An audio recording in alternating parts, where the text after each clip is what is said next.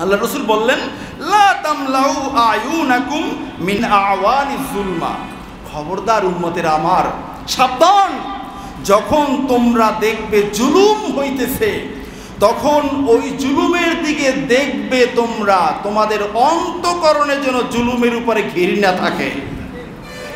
অন্তঃকরণে কি থাকবে? ঘৃণা থাকবে, ঘৃণা। চোখ যেন হাস্যোজ্জ্বল চেহারায় যেন জুলুমটা না দেখা হয়, জুলুমটা দেখে যেন চোখে পানি টলমল করে, জুলুমটা দেখে যেন কলিজায় রক্তক্ষরণ হয়, এবং আল্লাহর কাছে যেন দোয়া করা হয় মনে মনে যে আল্লাহ এই জালেমদের হাত থেকে গোটা পৃথিবী আপনি রক্ষা করেন। এই অবস্থায় যখন আপনি দেখবেন, তখন আপনি হবেন আল্লাহর রসুলের উম্মত।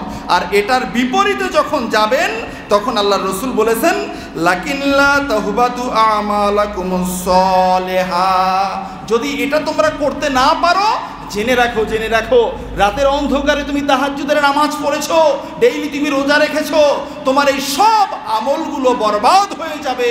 যেহেতু তুমি জুলুম দেখার পরেও তোমার কলিজায় আঘাত লাগেনি, তোমার কপালে একটু ভাঁজ আসেনি, তোমার মনের মাঝে একটু কোনো ধরনের অস্বস্তি বোধ হয় নাই, তোমার এই আমল কিয়ামতের ময়দানে তোমাকে জান্নাতে নিতে পারবে না, বরং এই আমল নিয়ে জাহান্নামে যেতে হবে। বলুন না আউযুবিল্লাহ।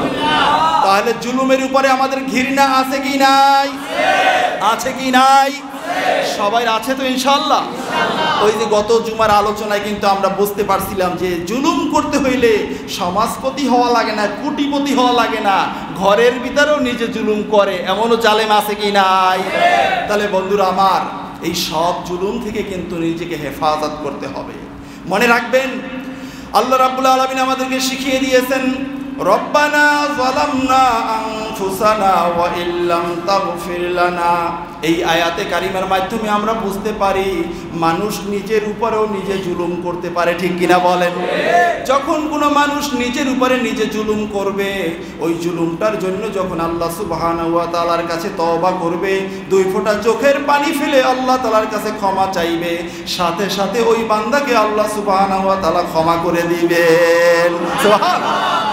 কারণ জুলুমটা আমার নিজের উপরে করেছি, নামাজ পড়ি নাই, রোজা রাখি নাই, বিভিন্ন ধরনের আল্লাহর হুকুম হাকাম মানতে পারি নাই, কিন্তু জুলুমটা যখন চলে যাবে অন্যের উপরে, চাই সে আমার সন্তান অথবা স্ত্রী অথবা সমাজের কোনো লোক অথবা রাষ্ট্রীয় বড় বড় পদে থেকে তার অধীনস্থ কোনো লোকের উপরে জুলুমটা চলে যাবে, আল্লাহর কসম করে আমি বলছি, যার উপরে জুলুম করছেন তার কাছে গিয়েই মাপ চাইতে হবে। উনি মাফ না করলে কিয়ামতের ময়দানে আমার রব আপনাকে মাফ করবেন না, আল্লাহর রাসূলের সুপারিশ আপনি পাবেন না। সুতরাং কাকে জবেহ করেন, কার মাথায় বাঁশ দেন, কার দোকান আপনি লুণ্ঠন করেন, কার স্ত্রীর সম্মান আপনি লুণ্ঠন করে নিয়ে যান, মনে রাখবেন এই দুর্বল মানুষগুলো কিয়ামতের ময়দানে আপনার সামনে সিংহের মতো গর্জন দিয়ে দাঁড়িয়ে যাবে, ঠিক কিনা বলে? তখন আর পালানোর মতো কোনো জায়গা পাবেন না।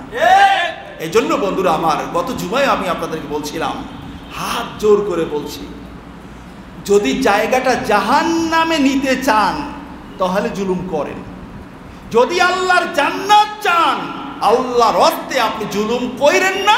এই জায়গায় স্টপ হন, যাদের উপরে জুলুম করছেন তাদের পাও ধরে হলো আপনি মাপ চেয়ে নেন। তারা দুনিয়াতে বসে মাফ করবে, কিন্তু পরকালে আপনাকে মাফ করবে না, ঠিক কিনা বলে?